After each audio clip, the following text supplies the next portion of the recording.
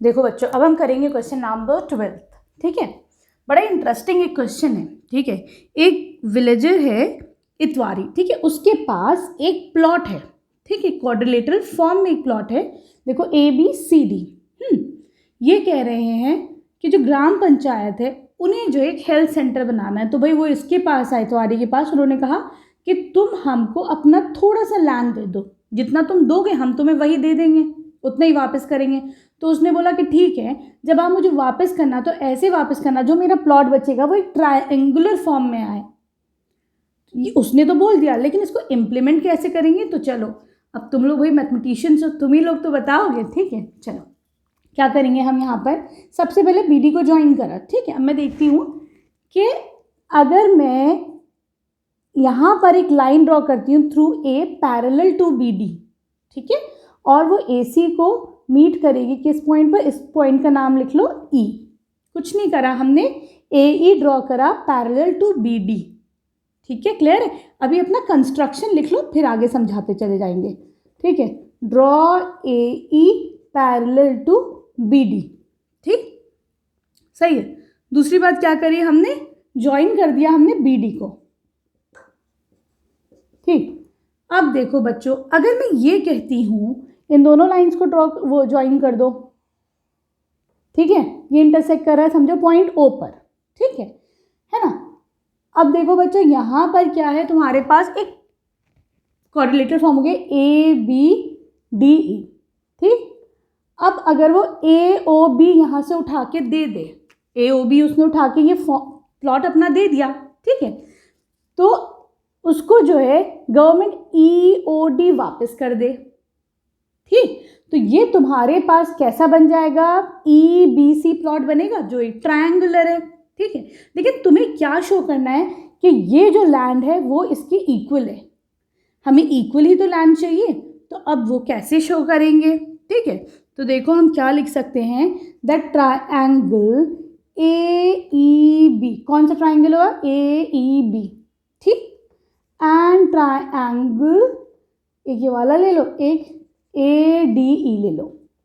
ABE और ADE दोनों कौन सी बेस पर है? AE बेस पर है। ठीक है, और दोनों सेम पैरेलल्स के बीच में, तो मैं कह सकती हूँ कि दोनों के एरिया सेम होंगे।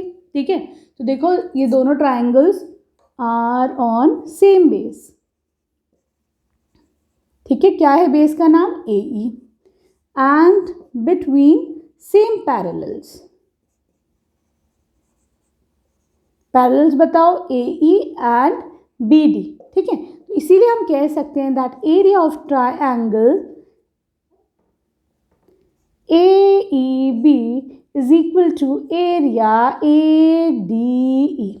बोल सकते हैं हम ये। ठीक, अब देखो हम ये चीज नोटिस कर रहे हैं कि दोनों ही ट्रायंगल में ये वाला एरिया कॉमन है ना? तो दोनों में से ये निकालते हैं हम। नाउ सबट्रैक्ट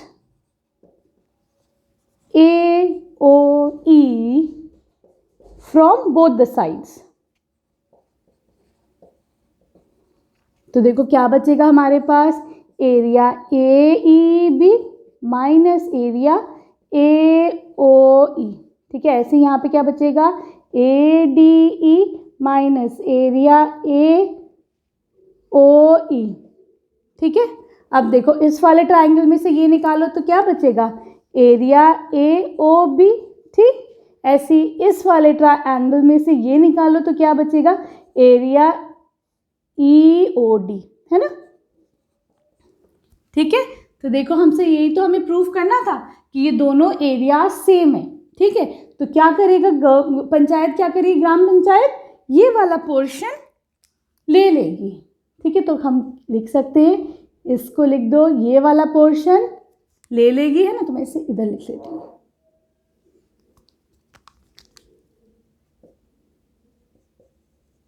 फिगर में ये लिख दोगे ना, थोड़ा एक्स्ट्रा पॉइंट्स मिल जाएंगे, एकदम से एग्जामिनर को देखते ही पता चल जाएगा कि हाँ भाई बच्चे को पता है ना। क्या इसको रब कर देते हैं, ऐसे कर लेते हैं हम। ठीक है, यहाँ लिख दो, this portion will be taken, है ना? Will be taken to gram panchayat, will be given to gram panchayat. Gram panchayat, ठीक है। और आपको उसके बदले में क्या मिलेगा, ये वाला पोर्शन, ठीक है। तो आप क्या लिख देंगे यहाँ पर, this portion of land will be given back.